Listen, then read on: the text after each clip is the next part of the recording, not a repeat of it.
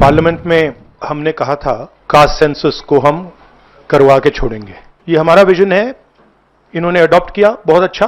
हम चाहते हैं कि हमें डेट्स बताई जाएं, किस दिन तक ये सेंसस होगा। ये हम लोगों की 30 वर्ष पुरानी मांग रही है और ये हमारे पुरखों की जीत है, समाजवादियों की जीत है, लालू जी की जीत है। हम लोगों की ताकत देखिए, समाजवादियों की ताकत देखिए कि इनको हमारे ही एजेंडे पर जो है काम करना पड़ रहा है। ले लें जिसको जो क्रेडिट लेना है, पर ये वही लोग थे ना जो हमारी सरकार पे उंगली उठाकर, हमारे प्रधानमंत्री जी पर उंगली उठाकर कहते थे कि भैया ये लोग नहीं करने वाले हैं। ये बड़ा और ऐतिहासिक फैसला है जिसके लिए मैं अपनी तरफ से, मेरी पार्टी लोक जनशक्ति पार्टी रामविलास की तरफ से, मेरे प्रधानमंत्री आदरणीय नरेंद्र मोदी जी का हृदय से आभार प्रकट करता हूं। ये हम लोगों की 30 वर्ष पुरानी मांग रही है और ये हमारे पुरखों की जीत है, समाजवादियों की जीत है, लालू जी की जीत है। आपको पता होगा 96-97 में भी कैबिनेट से जो है पास किया गया था कि 2001 का जो होगा उसमें जनगणना जो होगी उसमें जाति आधारित गणना भी कराया जाएगा, लेकिन उस समय अटल बिहारी जी सरकार में थे 2001 में, तो ये नहीं हो पाया। फिर हम लोगों की मांग थी, मनमोहन जी प्रधानमंत्री बने 2011 में हुई, तो जातीय जनगणना जो है और इसमें इंक्लूड किया गया था और पहली बार 17 महीने में किसी राज्य ने अपने बलबूते जो है कराया, तो वो महागठबंधन हमारी सरकार थी। तब जो है बिहार में जाति आधारित गणना हुई और पूर्व में भी इससे पहले हम पूरे बिहार के सभी दल के लोगों को लेकर के प्रधानमंत्री जी से मिलने गए थे, तब प्रधानमंत्री जी ने मना कर दिया था। पार्लियामेंट में इनके कई केंद्र मंत्रियों ने मना किया, लेकिन आज हम लोगों की ताकत देखिए, समाजवादियों की ताकत देखिए कि इनको हमारे ही एजेंडे पर जो है काम करना पड़ रहा है। तो अब हमारी अगली लड़ाई ये होगी कि जब ये जनगणना होगी जिसमें इंक्लूड किया जाएगा कास्ट सेंसस का भी, तब उसके बाद जब नतीजे आएंगे तो पूरे देश में और पूरे देश के जो विधानसभा चुनाव में हमारी मांग रहेगी कि पिछड़ों और अति पिछड़ों के लिए भी, जैसे दलित और आदिवासी भाइयों का आरक्षित सीटें हैं, उसी प्रकार से पिछड़ों और अति पिछड़ों का भी जो है आरक्षित सीटें जो है वो करनी पड़ेगी। ये लड़ाई हम लोग जो है लेकर के चलेंगे। ये बड़ा और ऐतिहासिक फैसला है जिसके लिए मैं अपनी तरफ से, मेरी पार्टी लोक जनशक्ति पार्टी रामविलास की तरफ से, मेरे प्रधानमंत्री आदरणीय नरेंद्र मोदी जी का हृदय से आभार प्रकट करता हूं। मेरे बिहार की 14 करोड़ जनता की तरफ से और समस्त देशवासियों की तरफ से मुझे लगता है आज एक लंबी जो हम लोगों की इच्छा थी, मांग थी, ख्वाहिश थी, आज हर उस देशवासी की इस ख्वाहिश को मेरे प्रधानमंत्री ने पूरा करने का कार्य किया। लंबे समय से मेरी पार्टी इस बात की हम लोग मांग करते थे और कई बार हम लोगों को एक दूसरे के सामने दिखाया जाता था यही कह के कि बीजेपी अलग राह पर है तो उनके सहयोगी चिराग पासवान अलग राह पर हैं जब वो जातीय जनगणना की वो मांग करते हैं। पर आज एक बार फिर से साबित हुआ कि हमारी सरकार हर उस फैसले को लेगी जो जनता के हित में हो, जो गरीबों के हित में हो। जातीय जनगणना का सबसे ज्यादा असर देश के तमाम उन गरीब जातियों से आने वाले लोगों को होगा जो संभवतः अभी तक मुख्य धारा के साथ नहीं जुड़ पाए हैं, केंद्र राज्य सरकार की योजनाओं का उस स्तर पर लाभ नहीं ले पाए हैं जो अपेक्षित था।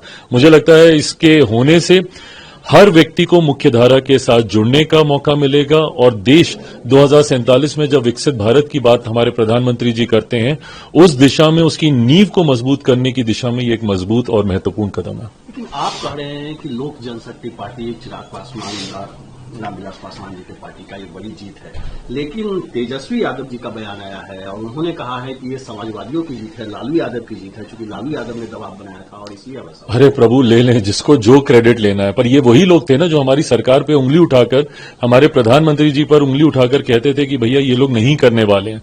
घर घर गांव गांव घूमकर ये लोग यही प्रचार करते थे ना और नारा देते थे जिसकी जितनी आबादी उसकी उतनी हिस्सेदारी, ये तमाम बातें।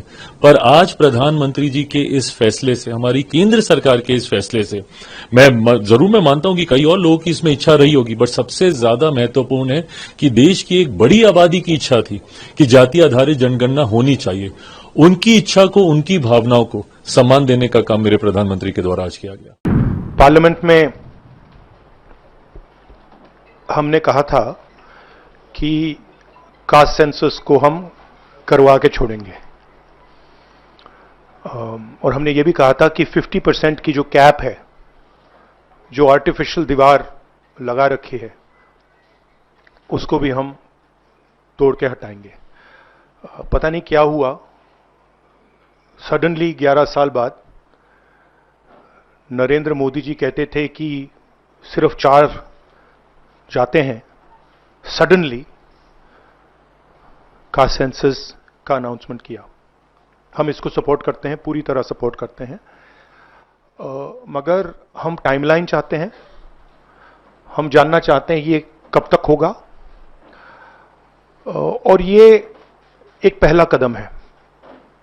तेलंगाना एक मॉडल बना है कास्ट सेंसस के लिए, और वो ब्लूप्रिंट बन सकती है। और कास्ट सेंसस को डिजाइन करने में हमारा पूरा सरकार को ऑफर है, पूरा समर्थन है कि हम डिजाइन करेंगे, क्योंकि डिजाइन बहुत जरूरी है। क्योंकि 2 एग्जाम्पल्स हैं, एक बिहार का डिजाइन है, दूसरा तेलंगाना का डिजाइन है, उसमें जमीन आसमान का फर्क है। और मैं दोहराना चाहता हूं कि कास्ट सेंसस पहला कदम है। हमारा जो विजन है, एक बिल्कुल नया डेवलपमेंट का, विकास का पैराडाइम हम कास्ट सेंसस के माध्यम से लाना चाहते हैं। सिर्फ रिजर्वेशंस नहीं, मगर हम सेंट्रल सवाल पूछ रहे हैं कि चाहे ओबीसीज हों, दलित्स हों, आदिवासी हों, उनकी देश में कितनी भागीदारी है। कास्ट सेंसस से एक प्रकार से पता लगेगा, बट कास्ट सेंसस से आगे जाना है। हमारे इंस्टीट्यूशंस में, संस्थाओं में इनकी कहां कहां पार्टिसिपेशन है, पावर स्ट्रक्चर जो है उधर कितनी पार्टिसिपेशन है, ये नेक्स्ट स्टेप है। और हम चाहते हैं कि इस डायरेक्शन में कास्ट सेंसस जाए। हमने एक और चीज कही थी, कांग्रेस पार्टी ने रेज की थी, मैनिफेस्टो में भी था, article 15(5). Article 15(5) is reservation in private education institutions. ये कानून है, ऑलरेडी कानून है, और हम चाहते हैं एकदम इस कानून को एनडीए की सरकार, बीजेपी की सरकार इंप्लीमेंट करना शुरू करे।